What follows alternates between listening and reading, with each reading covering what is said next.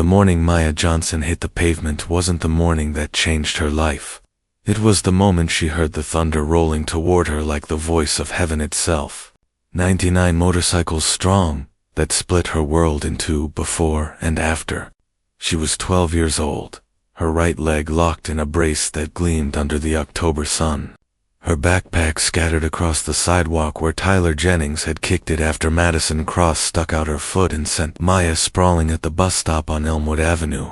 And as the hot sting of tears blurred her vision, and the laughter of her classmates cut deeper than the scrape on her palm, Maya heard it, a rumble that started as a whisper in the distance and grew into a roar that silenced every cruel giggle, every mocking word, every ounce of shame she'd been carrying for the past 8 months since cerebral palsy had worsened and the brace became her constant companion.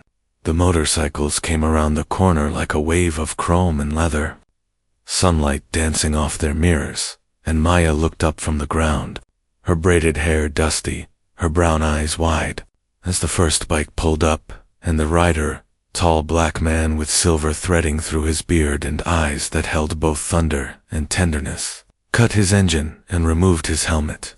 And behind him, one by one, 98 other riders did the same.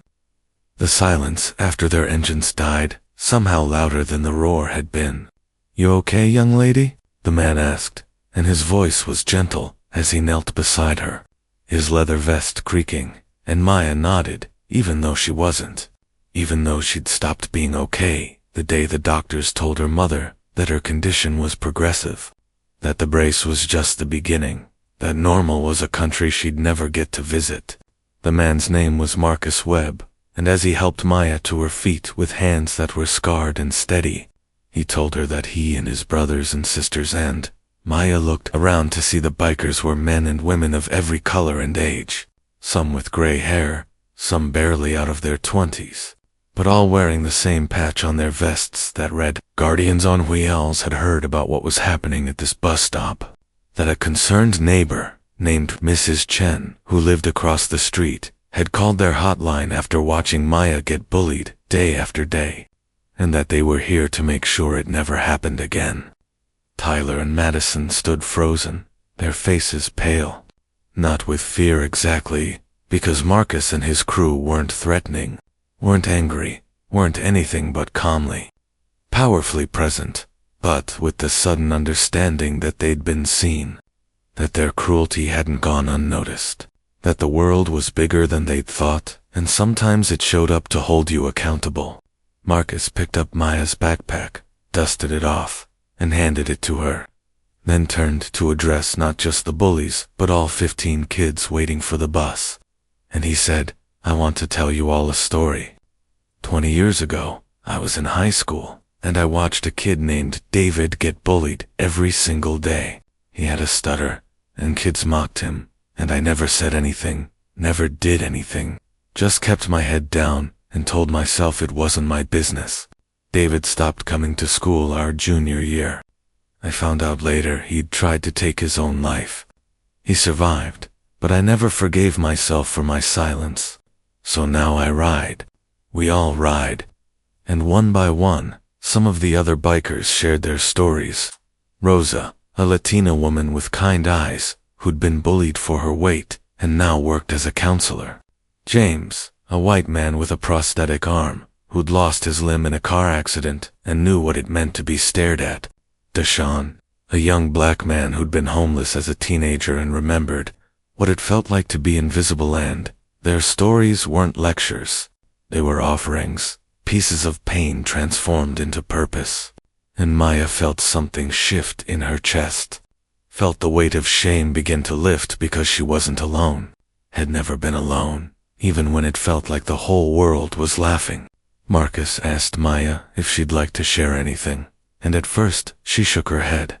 But then she looked at Tyler and Madison, really looked at them, and saw that Madison's eyes were red-rimmed, like she'd been crying recently, and Tyler's clothes were wrinkled like maybe nobody at home was paying attention. And Maya realized that hurt people hurt people. That cruelty is often just pain with nowhere else to go, and she found her voice. "I just want to go to school without being afraid," Maya said, her voice steady even though her hands shook. I just want to be normal. And Marcus smiled sadly and said, baby girl, normal is a setting on a washing machine. You're extraordinary, and the sooner you believe that, the sooner the world will too. The school bus pulled up then, its brakes hissing, and Marcus did something unexpected. He asked the driver, a woman named Mrs. Patterson who'd been driving this route for 15 years and had seen too much meanness go unchecked, if he could ride along to school, and she nodded, and Marcus climbed aboard with Maya, and behind them, the 98 other bikers didn't leave. They formed a line along both sides of the street, their bikes gleaming, their presence a promise, and they waited until the bus pulled away, and then they followed it, a processional of protection, all the way to Riverside Middle School. When Maya stepped off the bus with Marcus beside her, the entire school stopped, students in the courtyard, teachers by the doors, everyone staring, and Principal Anderson came out, confused and concerned, until Marcus explained who they were and why they'd come. And instead of being defensive, Principal Anderson listened, really listened, and invited Marcus to speak at an assembly that afternoon. But before that, Marcus asked if he could sit with Maya at lunch, and she said yes, and word spread through the school like wildfire. There was a biker in the cafeteria, a whole crew of them outside, and they were here from Maya Johnson, and suddenly Maya wasn't invisible anymore, wasn't just the girl with the brace, wasn't a target, but a person, someone worth protecting, worth fighting for. At lunch, something remarkable happened. Tyler approached their table, his hands jammed in his pockets, his eyes on the floor, and he said, I'm sorry, and the words came out strangled and small. And Maya could have ignored him, could have let him suffer, but she remembered Marcus's words about pain and purpose, and she asked him to sit down. Tyler's story came out in fragments. His dad had left, his mom was drinking. He was angry all the time and didn't know where to put it. So he put it on Maya, because she seemed vulnerable, and he knew it was wrong even when he was doing it. And he hated himself for it. And Maya listened and said, hurting me doesn't make your hurt go away. And Tyler nodded and wiped his eyes and said, I know, and it wasn't forgiveness exactly, not yet, but it was a beginning. Madison came next, harder and more guarded, and when she finally spoke, she admitted that she'd been jealous that Maya was smart, that teachers liked her, that she seemed to have something Madison didn't, some kind of inner strength. And so Madison had tried to break it, tried to prove that Maya wasn't special. But watching the bikers show up, watching Maya be surrounded by so much love and protection, Madison realized the problem wasn't Maya. It was her own emptiness, her own need to matter. And she asked, voice breaking, how do you not hate me? And Maya said, because hate takes too much energy, and I need all mine just to get through the day. The assembly that afternoon became legendary in Riverside Middle School history. Marcus stood on the stage with Maya beside him, and he didn't lecture or preach, he just told the truth, that bullying was a poison that hurt everyone it touched, that kindness was a choice, and so was cruelty, that every single person in that auditorium had the power to change someone's life, for better or worse, every single day. And what were they going to do with that power? He introduced some of the other guardians who'd come inside, James, Deshaun, and others, and they shared their stories.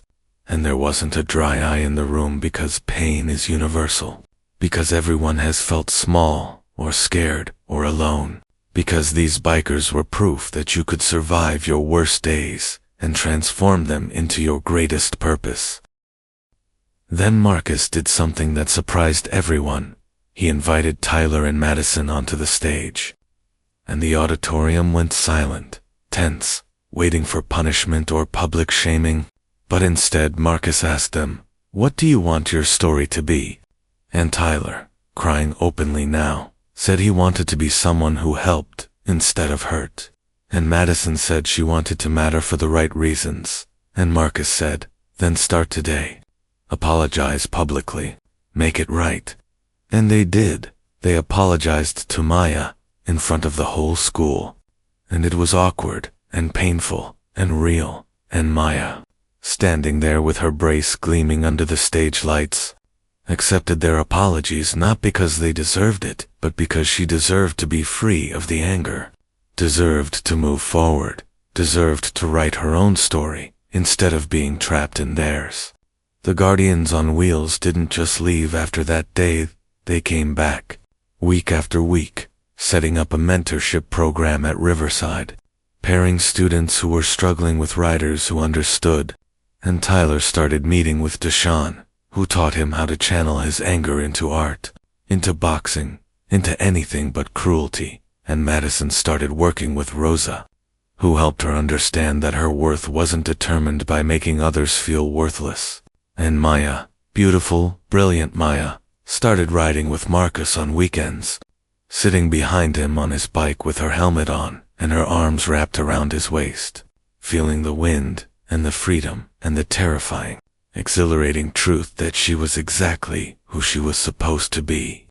6 months later, Maya stood in front of her own school assembly, her brace still gleaming, her voice strong, and she told her story, not as a victim, but as a survivor, as a warrior, as a girl who'd been knocked down and had 99 angels roar up to remind her she could stand. And she announced that she was starting a club called Stand Up, Don't Stand By, and Tyler and Madison were her co-founders, because redemption was real, because people could change, because the best response to being hurt wasn't to hurt back, but to make sure nobody else ever felt that pain. The club grew, spread to other schools, became a movement, and Maya became a voice. And the day she gave a TEDx talk at 16, poised, powerful, unashamed of her brace, proud of her, Scars Marcus sat in the front row with tears streaming down his face, because this was why he rode, this was why they all rode, not to be saviors, but to be witnesses, to show up and say you matter, when the whole world seemed to be saying otherwise. Years later, when Maya graduated from college with a degree in social work, when she started her own nonprofit helping disabled kids find their voice, when she bought her first motorcycle and joined the Guardians on Wheels as their youngest member, she would think back to that October morning, to the sound of thunder rolling toward her, to the moment she learned that falling down was never the end of the story if someone was willing to help you stand back up, and more importantly, if you were willing to do the same for someone else. The moral wasn't complicated. It was that we're all more fragile than we pretend, all more powerful than we know, and all connected in ways we can't see until someone shows up 99 strong, engines roaring, hearts wide open to remind us that we're not alone.